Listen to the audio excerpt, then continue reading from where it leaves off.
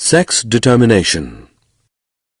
Most human chromosomes have a maternal and a paternal copy, and we have 22 such pairs, out of which one pair is called sex chromosome. This sex chromosome is not always a perfect pair.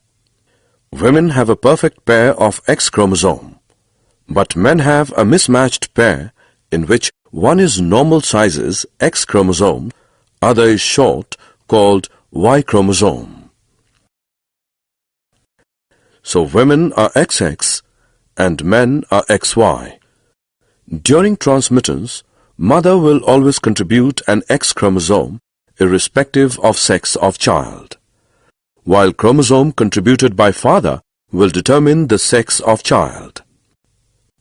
A child who inherits X chromosome from father will be a girl, while the child who inherits Y chromosome from father will be a boy.